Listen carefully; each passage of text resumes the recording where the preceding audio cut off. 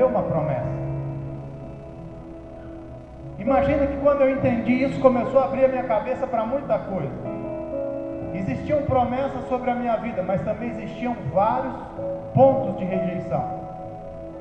E à medida em que eu entendi que rejeição não era algo negativo, mas era algo que potencializava a promessa de Deus na minha vida e me preparava para viver isso, eu comecei a entender que lá na Bíblia também muitos homens sofreram a rejeição. E todos eles governaram em alguma área. Vamos fazer uma lista? Samuel rejeitado dentro da casa do profeta. Por quê? Porque era de fora. Porque agora ele começa a ouvir o que nem o pai sacerdote ouvia. A rejeição sobre a vida de Samuel fez ele o maior dos profetas. Samuel acumulava cargos, juiz, profeta. Na época que estava sem rei, ele atuava como rei também. Mas a rejeição forjava o homem que viria. Vamos para outro. Davi sofria rejeição pela própria família. Pequeno, franzino, enquanto todo mundo estava em casa, Davi estava no pasto, sendo forjado para o que ele iria viver. Tanto é que quando a unção desce sobre dele, ainda leva muito tempo para ser rei. A rejeição dele acontece em vários aspectos, e em todos eles ele está sendo preparado para o reinado. A rejeição nunca impediu a promessa de Deus se cumprir na vida de alguém, mas só funciona na vida de quem entende que rejeição é parte do processo e não o final. Vamos falar de outro então, outro que também sofreu rejeição, José, mais novo da casa, filhinho do papai. José teve que entender o fundo do poço, a casa de Potifar e a prisão para ser forjado para ser governador do Egito.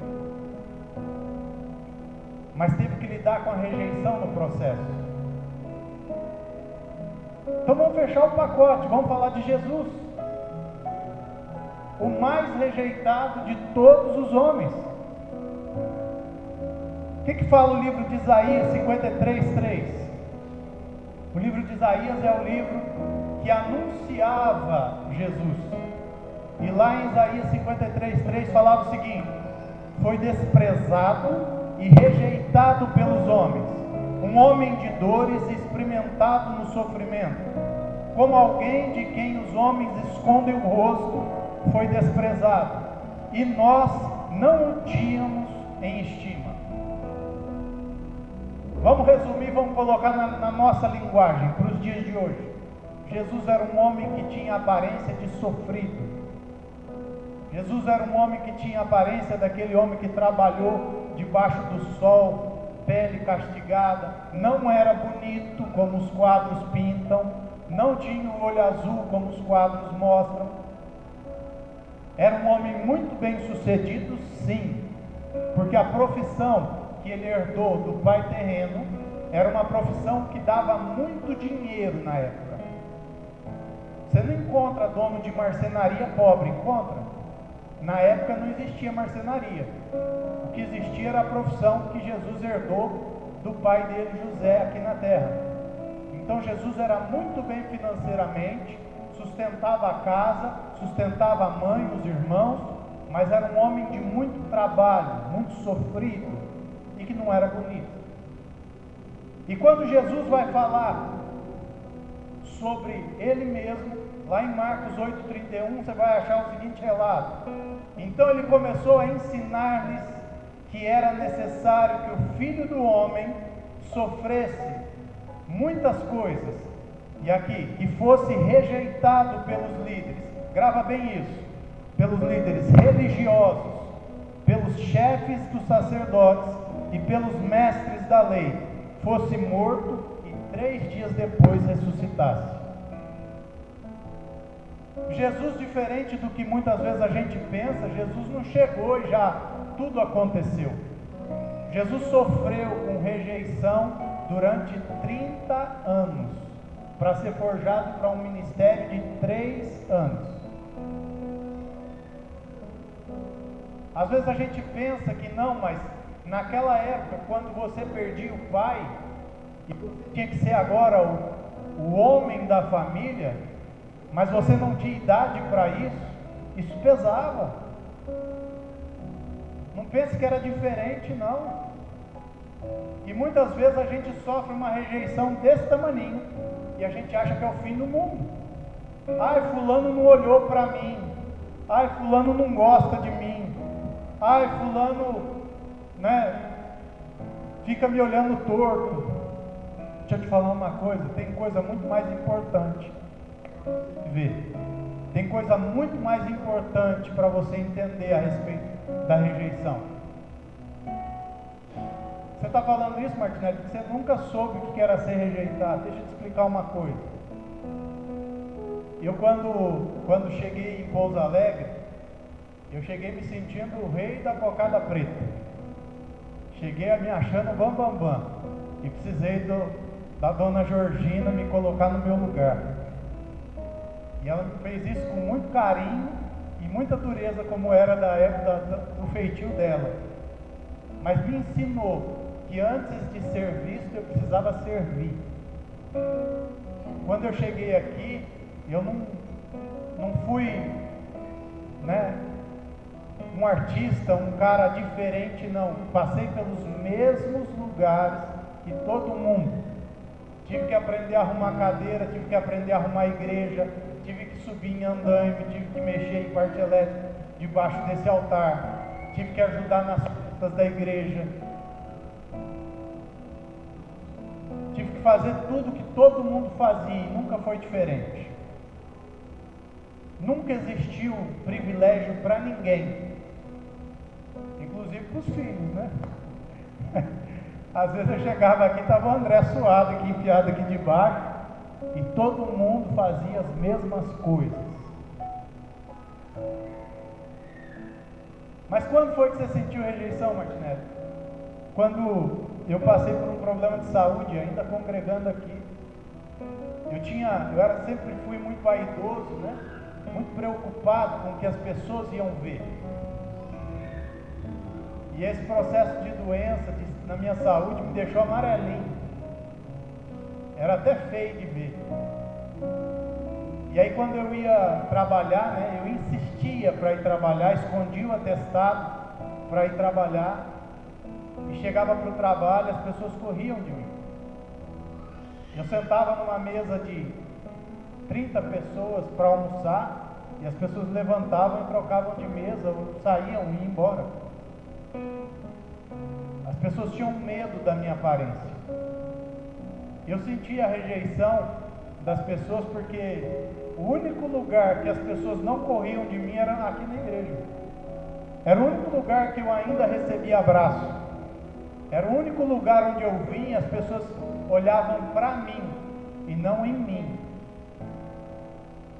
E foi aqui, cantando nesse altar aqui, que eu conheci, como eu falei, a Vânia. E aí naquele dia eu tinha acabado de sair de uma internação no Samuel Livane, e saí de lá com um prognóstico de morrer em, no máximo 15, 20 dias, mas me deram alta numa sexta-feira às 2 da tarde para ir para casa, porque o médico que cuidava de mim ia precisar estar fora. E como não podia acontecer nada comigo, ele falou: é melhor você ficar na tua casa do que você ficar aqui. Eu morava aqui na Nova Pouso Alegre, E aí eu fui para casa na sexta-feira tinha um culto aqui. E aí eu falei para minha mãe, mãe, eu quero ir para a igreja. Ela falou: então vamos, Não tem melhor a igreja que o hospital. E eu desci para a igreja, não consegui entrar no carro porque estava muito inchado. Então eu desci essa rua lateral aqui, até chegar aqui. E lá naquela porta, a pastora já estava aqui. Ela me encontrou na porta ali, e isso eu falo no meu testemunho. E lá na porta ela falou para mim, falou: meu filho, você não quer cantar hoje? Faz tanto tempo que eu não te vejo cantar. Eu falei: gente, eu estou para morrer. eu vou morrer, né? Não estou dando conta nem de falar, quanto mais cantar. Mas ela falou com um carinho tão grande, que eu falei, não, eu não vou fazer na minha condição, mas eu vou fazer naquilo que Deus gostaria de receber. E ele queria, né? E ele, a última moedinha da viúva, então é a minha moeda. E aí vim pra cá e comecei a cantar, né? E aí comecei a cantar. Olha, tem até fundo musical. Posso crer que em minha vida um milagre vai acontecer. Posso ver as promessas sendo liberadas sobre mim, sendo liberadas sobre mim.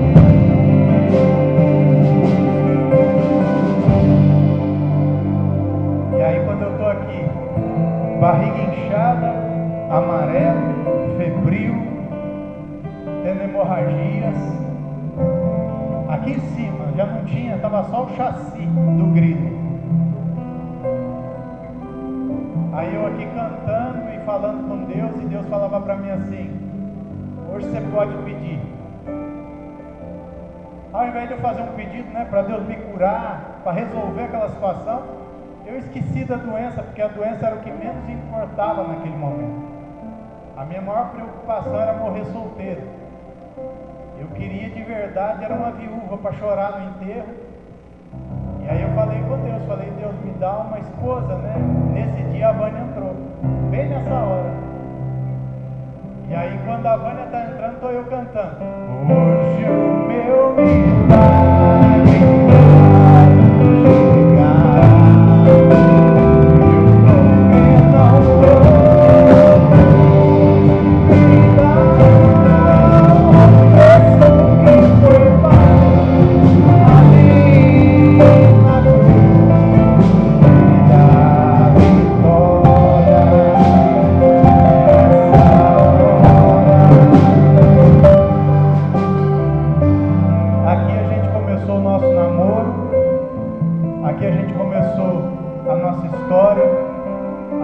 Começou a construir os nossos sonhos. Aqui a gente já falava da fama. Nesse dia a Vânia estava voltando também, depois de 3 tentativas de suicídio, querendo encontrar com Jesus. E a nossa história começa aqui. Eu ainda doente, ainda tinha muita coisa para passar, mas eu sabia que se eu tentasse passar por tudo sozinho, eu não ia dar conta. E só a minha mãe e o pai não iam suportar. Então a Vânia foi muito importante nesse processo para a minha vida. Até para eu entender que rejeição é natural e faz parte do processo de governo para a realização de uma promessa. Quando eu começo a entender isso, eu falo assim: o tempo, ele é muito importante para a minha história e para a sua. Então não leia a Bíblia achando que as coisas aconteceram da noite para o dia. Quando José é jogado no poço, do poço até o Egito, até o governo do Egito, levou muito tempo. Quando Davi recebe o óleo das mãos de Samuel na frente dos seus irmãos, levou muito tempo até ele sentar no trono. Quando Samuel ainda é uma promessa na vida da sua mãe, leva muito tempo até ele realmente assumir a sua posição. Quando Jesus chega para ser o Salvador, levam 30 anos para ele começar o processo pelo qual ele foi chamado. E eu e você temos a facilidade de que o tempo faz parte da história. Às vezes a gente quer viver aquilo que as pessoas estão vivendo, mas a gente deixa de levar em conta o tempo. E de repente, se eu não entender isso, eu começo a pular etapas. E quando eu pulo etapa, a chance é de fracassar. A maior chance que eu tenho é de fracassar. Quando eu vou entender a história da saída do Egito agora pelo povo de Deus, eu começo a entender que na saída Deus levanta Moisés. E Moisés também sofria rejeição, porque Moisés, apesar de ter sido criado 40 anos dentro do Egito, Moisés teve que passar 40 anos no deserto para entender quem era Deus. E quando Moisés volta para o Egito, e ele vai libertar o povo através de uma palavra que Deus deu sobre a vida dele, aquela viagem que duraria 4 dias, dura 40 anos. E eu sempre fiz essa pergunta para Deus: Deus, para que judiar do povo desse jeito? 4 dias virar 40 anos? E a resposta vem muito clara para mim. Aquele povo precisava de 40 anos e não de 4 dias, porque aquela terra era uma terra de promessa. Precisava da mentalidade de governo lá dentro. E aquele povo que tinha saído do Egito era um povo escravo. A mentalidade não era de governo. Eles precisavam ser forjados no deserto agora, para entenderem como é que a gente toma posse daquilo que Deus nos dá. Tem um monte de gente que às vezes está querendo ser grande, está querendo empresas, está querendo negócios, está querendo prosperar, mas a sua mentalidade é para isso, ou a sua mentalidade ainda não mudou? Porque Deus só vai te dar aquilo que você está preparado para viver.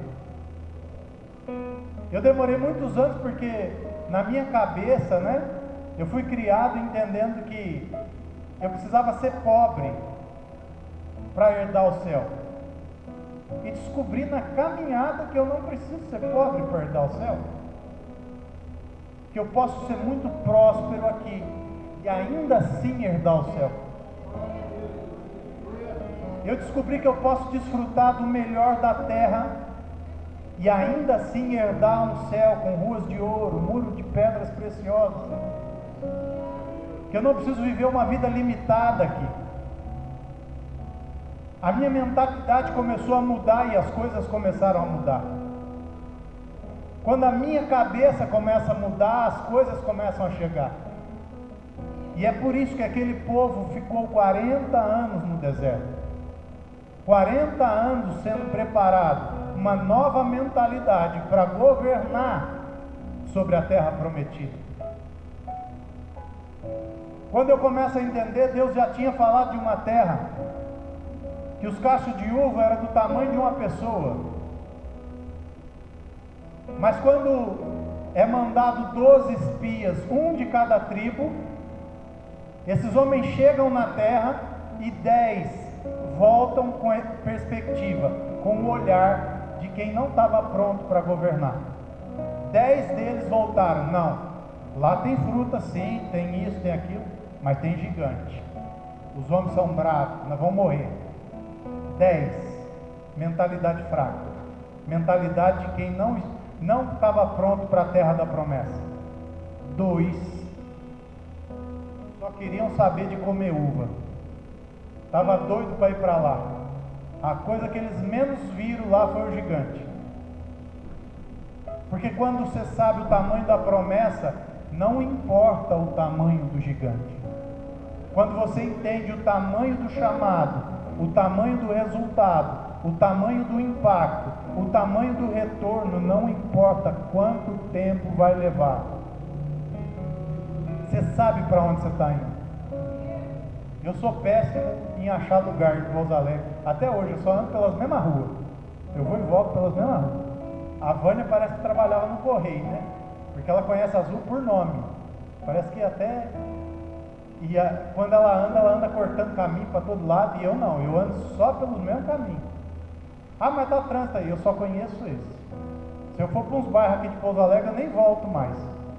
Esses dias eu achei que eu estava em outra cidade. Aí falou, não, aqui é Pouso Alegre ainda, é bairro novo. O que eu estou querendo dizer com isso? Eu tenho essa dificuldade de direção. E a coisa mais horrível do mundo é você não saber para onde você está indo. Aí você tem uma pessoa do lado. Pode ir que eu vou falando para você. Vai que eu vou falando. E aí essa pessoa sempre esquece de te avisar para virar. Ela começa a conversar e esquece, era para ter virado ali. A pior coisa do mundo é não saber para onde está indo. E a pergunta que fica para nós sabemos para onde nós estamos indo? A gente sabe de verdade para onde a gente está indo? Porque se a gente sabe para onde a gente está indo, a gente vai curtir a viagem. Quem sabe para onde está indo vai desfrutar da paisagem, da viagem. A gente precisa saber para onde a gente está indo. Sem direção, qualquer lugar serve. Sem direção, sem saber para onde está indo, qualquer lugar serve. A gente precisa saber. Quando eu começo a entender, e agora eu vou ficar no outro tópico. Quantas vezes você sentiu rejeição e não sabia que rejeição faz parte do processo para você viver uma promessa? Agora tem uma diferença. Eu vivi 7 anos de doença, 7 anos ouvindo toda semana que eu ia morrer, 7 anos, um médico depois do outro, junto à médica, isso e aquilo, falando que eu não tinha muito tempo, 7 anos ouvindo falarem para mim que eu não tinha expectativa, que eu não tinha perspectiva, 7 anos de rejeição ou de me sentindo rejeitado. Quando a gente sente a rejeição e a gente não entende que ela faz parte do processo de crescimento, a gente passa a ser vítima da nossa história. A gente começa a se sentir um coitadinho. A gente começa a se sentir pequenininho, fragilzinho. Desses 7 anos, 3 anos, eu comecei a me sentir pequeno, frágil, vítima, coitadinho, e isso só me fez mal. Até um dia que eu sentei, e por isso que eu gosto muito de ouvir pessoas mais velhas, eu sentei um dia na casa da minha avó em Campinas, eu já estava sendo transferido para a Unicamp, eu sentado lá da minha avó, e aí eu comecei a me lamentar, que eu estou com dor aqui, que eu estou com dor ali, que eu estou pondo sangue pelo nariz, pela boca, porque eu estou assim, porque eu não consigo comer, porque... A minha avó falou assim, e o que tem de bom para você me contar? Tem um tempão que eu estou te ouvindo falar só de coisa ruim, o que você tem de bom para me falar? Eu falei, vó, não tem nada. Ela falou assim, tem, alguma coisa deve ter, você só não notou. Rapaz, aquilo ela me deu uma dura tão grande em cima disso que eu aprendi uma coisa. Tudo tem seu lado bom, até aquilo que você acha que é ruim. Eu comecei a usar o meu tempo dentro do hospital para estudar. Já estava ruim, já estava lá. 1 hora dentro do hospital equivale a 1 dia. Então vou usar bem esse tempo, mas você vai morrer. E se eu não morrer? Comecei a escrever, comecei a cantar, comecei a viver. Porque quem reclama morre todos os dias. Tenta entender uma coisa, e agora não sou eu que estou falando, não. Eu gosto muito dessa área, né?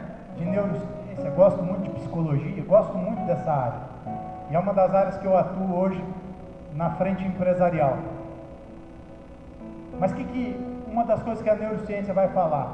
Se você ficar reclamando, ou ouvindo alguém reclamar, ou assistindo um telejornal mostrando tragédia durante 20 minutos, grava bem isso, 20 minutos de reclamação, ou em frente à TV vendo tragédia, são 5 horas da sua imunidade baixa.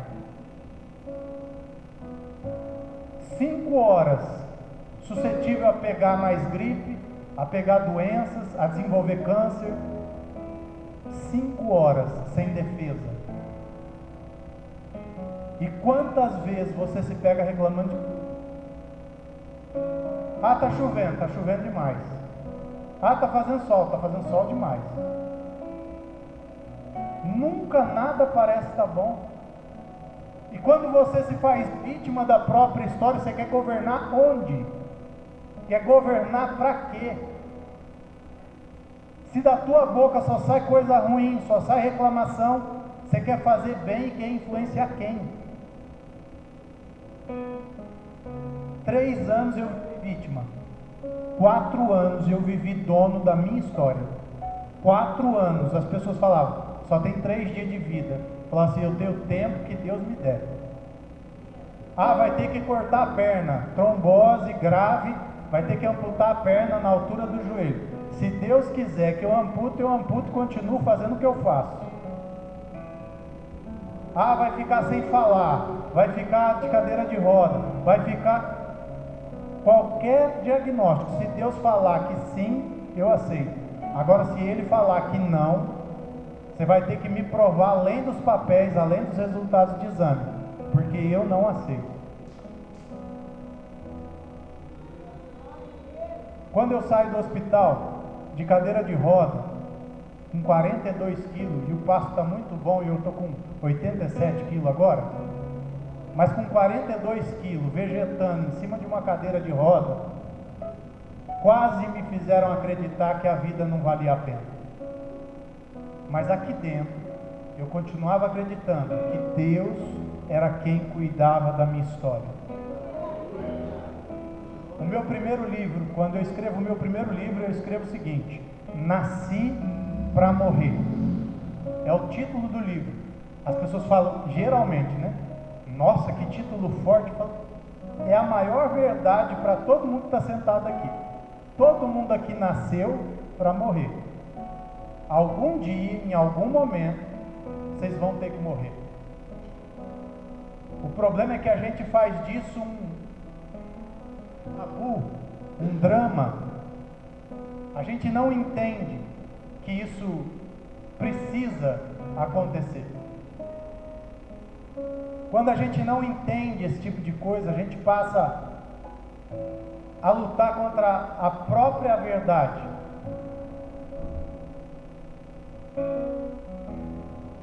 Quando eu prego hoje, eu prego exatamente das lições e de tudo aquilo que eu vivi nos piores dias de deserto meu. E foi da onde eu tirei as minhas maiores lições. Foi dentro da rejeição. Foi dentro de não me sentir uma vítima da minha história, mas buscar ser o protagonista dela. Foi que eu construí os dias que eu estou vivendo hoje. Quando as pessoas olham e me conhecem hoje, muita gente tem dificuldade de entender aquilo que eu já vivi. E eu falo assim, você não precisa acreditar. Hoje eu sento em mesas e eu sento com pessoas que eu nunca imaginei sentar. E nem era plano meu. Mas Deus já tinha escrito dessa forma. Hoje, quando eu falo de Jesus para pessoas que têm faturamento mensal de 1,2, 1,5 milhão. Que quando entendem que Jesus é de graça, eles acham isso a coisa mais maravilhosa do mundo. Porque nunca falaram de Jesus para essas pessoas. Às vezes a gente acha que o mais pobrezinho é quem mais precisa de Jesus. E não é que não precise, precisa. Qualquer pessoa precisa de Jesus. Mas muitas vezes eu bati na porta daquele que pouco tinha e ele rejeitou. E quantas vezes eu falei de Jesus para homens, né, com todo o dinheiro, carros, casas, E ele abraçou Jesus como se fosse a última coisa que ele queria. E chorando, agradeceu. Falou: Martinelli, eu nunca imaginei que tudo que faltava na minha vida era isso. Eu tentei preencher isso com casas, tentei preencher isso com carros, tentei preencher isso com viagens, e nunca imaginei que tudo que me faltava era Jesus.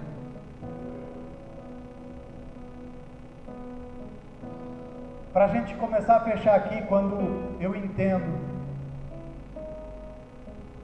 que o tempo todo as pessoas rejeitavam Jesus, naquele tempo lá, eles rejeitavam justamente por conta dele ser uma pessoa comum. Tanto é que Jesus sofreu muito na terra dele, e tem passagens dele falando que só não foi possível realizar mais milagres ali porque as pessoas não queriam. Porque quando Jesus agora começa a exercer o ministério, dos 3 anos de ministério dele, agora as pessoas começam a apontar e falar assim: mas esse aí não é o filho da Maria? Esse daí não é o irmão lá do José, do Judas, do Tiago? Está falando aí que ele é filho de Deus? Mas ele não é filho do pessoal aqui que anda com a gente, das irmãs? Não é as irmãs dele que estão aqui com a gente?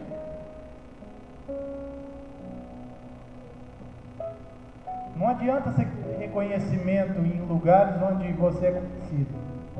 Até porque quem mais precisa de reconhecimento é o IML, né? Lá que você precisa ser reconhecido. Mas onde você é muito conhecido, não fique esperando muita coisa não. Jesus viveu o mesmo drama. Lugar onde você é conhecido, entenda que só tem que servir. Entenda que só existe o servir em todo e qualquer lugar. Mas pessoas em outros lugares às vezes vão te receber de outra forma. Eu tenho a oportunidade de viajar a outros estados, e às vezes é até estranho, né? Porque recebem a gente com... Eu falo assim: gente, eu sou só o Zé. Eu só sou o filho da missionária lá em Pouso Alegre. Eu sou o mesmo rapaz, o mesmo garoto. Garoto é modéstia minha, né? Com 43 anos. Mas eu continuo sendo a mesma pessoa. Só que as pessoas têm uma visão diferente. E aí, quando a gente começa a entender os lugares onde eu sou muito bem recebido, não quer dizer que na minha cidade eu sou rejeitado. Muito pelo contrário, eu sou muito amado em Pouso Alegre. Tive propostas inúmeras para sair de Pouso Alegre, mas não saio, porque eu amo essa terra aqui. Aqui foi onde aconteceu tudo. Eu honro muito essa igreja, porque aqui foi onde aconteceu tudo. Eu lembro a cadeira onde a Vânia estava sentada a primeira vez. Eu lembro que cor eram as portas. Eu lembro quanto tempo a gente passava os sábados aqui tocando, ensaiando jovens. Passava o dia todo aqui. Eu lembro quando o André, pego de surpresa, foi ungido a pastor. Eu lembro também que muita gente não acreditava, né, André? Nem ele. Mas eu lembro também quanto foi difícil, porque o André, ele era dos nossos, né? O André era da nossa turma. E aí, de repente, num culto que tinha tudo para ser comum, de repente um pastor de longe, do Rio Grande do Sul, levanta e fala que vai fazer algo que Deus estava mandando fazer, pega o óleo e fala assim: ó, eu estou agora ungindo a pessoa que vai dar continuidade nesse ministério, quando você não estiver mais aqui. E de repente, para a surpresa de todo mundo, inclusive para a surpresa dele, quem é chamado é o André. E às vezes naquele momento muita gente não entendeu. Algumas pessoas chegaram a ficar até bravas. Mas Deus sabia o que estava fazendo e o que estava acontecendo. Tanto é que se a igreja está aqui há tantos anos, e se ela continua de pé, e se você tem a oportunidade de estar aqui sentado, saiba que Deus estava escrevendo essa história lá atrás. Quando eu olho aqui para 7AC, eu vejo muita gente que passou por rejeição. Era o pior baterista da cidade. Tinha lugar que ia, levavam ele só para montar a bateria, quem tocava era outro. Né? Era baterista, não era baixista. E o povo achava que ele fazia muita firula. Esse aqui, coitado, estava lá jogado lá atrás. E aí o povo achava que não ia dar em nada. Essa daqui falaram para ela que nunca ia... Pisei num negócio. Falaram para ela que ela nunca ia cantar. Que o máximo que ela ia ser era reserva do tecladista. E cantou no DVD em 2016. Quando eu falei para ela, quando eu dei a notícia para ela que ela ia cantar e não ia tocar, foi uma choradeira. Porque falaram para ela e ela acreditou que ela nunca poderia cantar. Aquele lá também era o gandula do guitarra. Quando faltava todo mundo, sobrava uma guitarra desafinada para tocar. Mas quando a gente entende o propósito de Deus e lida com a rejeição da forma certa, a gente entende que a gente só está sendo preparado para coisas maiores. No auge da história de Davi, agora Davi já era um grande guerreiro. Davi já tinha sido ungido para aquele lugar. Davi já tinha derrotado Golias. Davi já era quem era. E agora Saul começa a perseguir Davi. E sabe para onde Davi é mandado? Davi é mandado para dentro de uma caverna onde só tinha gente rejeitada. Onde só tinha gente ruim. Gente que ninguém queria. Mas daquela caverna saiu um exército leal a Davi. Daquela caverna saíram homens que lideraram diversas guerras por Israel. Dali saíram homens que eram tão fiéis a Davi, que quando Davi comentou que queria tomar uma água lá, os homens foram lá, atravessaram o campo inimigo, pegaram a água e trouxeram para Davi beber. Sabe por que eles estão aqui? Eles não estão aqui por conta do que falaram para eles. Eles estão aqui por conta da promessa que Deus tinha.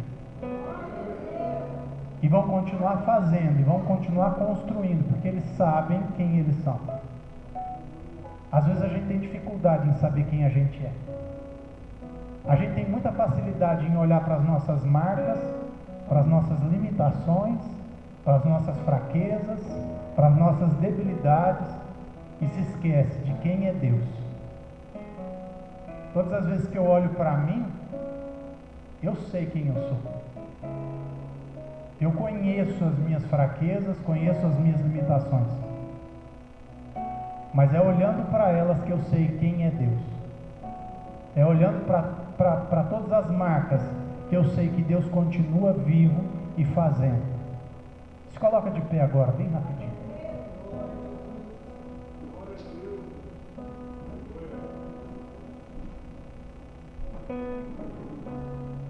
Feche seus olhos agora.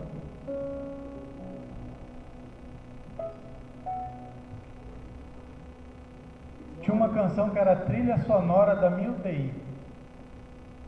E todas as vezes que eu estava saindo da UTI, eles cantavam, enquanto eu estava sendo desentubado, enquanto eu estava voltando. E ela faz parte da minha história, como outras canções também. Mas ela fez parte do processo de retomada da minha vida. E como hoje é culto de primícias, eu quero que você passe a entender que o melhor e o primeiro fruto, os primeiros momentos do seu dia, eles têm que ser entregues entregue a uma única pessoa, e essa pessoa é Deus. Todos os dias pela manhã, quando eu levanto, ou quando eu acordo, a primeira coisa que eu faço é abrir um sorriso bem grande. Segunda coisa que eu faço, eu tiro aquele tempo todo em silêncio, falando com Deus. E vou falando com Ele, entregando a minha primícia para Ele. Assim como você vai fazer daqui a pouquinho aqui no culto. Amém? Olhos fechados aí. Ao que está sentado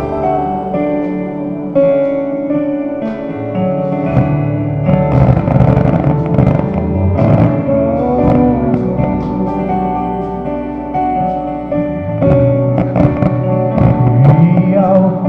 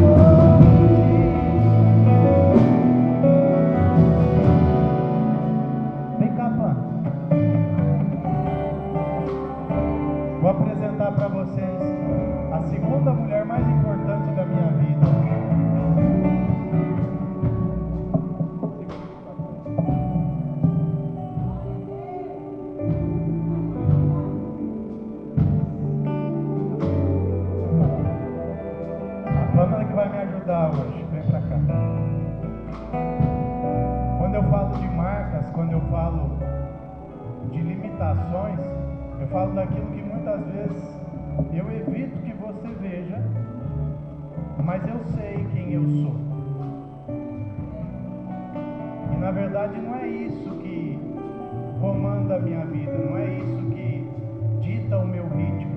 Porque na verdade o ritmo da minha vida, até meus médicos, né, ficam preocupados. Mas na verdade, até hoje, tudo que eles falaram a respeito da minha questão clínica, médica, eles tiveram que voltar atrás porque eles conhecem aquilo que eles podem ver. Mas Deus continua atuando naquilo que nem eles podem ver. As marcas e todo o processo fica gravado. A respiração é comprometida, os remédios continuam, mas a vida também continua. Eu não fiz do processo todo o papel de vítima para isso, mas eu entendi que eu tinha que ser o líder, o governante da minha história, o protagonista da minha história. Eu entendi que rejeição só faz parte do processo. Eu entendi que eu não preciso me sentir rejeitado todos os dias, mas eu posso escrever a minha história todos os dias, sabendo quem eu sou e para o que eu fui chamado. É para aquilo que eu fui chamado, que eu estou aqui. Essa igreja faz parte da minha história. Muitas pessoas aqui fazem parte da minha história. Mas hoje eu vim aqui para compartilhar para aqueles que fazem parte dessa igreja, mas ainda não conheciam. Eu quero que você saiba que esse solo, que essa terra é fértil. Essa igreja é solo fértil. Então não deixem de estar, não deixem de servir, não deixem de acreditar. E entenda que todo o processo envolve tempo, energia e dedicação. Mas o retorno, a promessa vale muito mais que isso. Amém?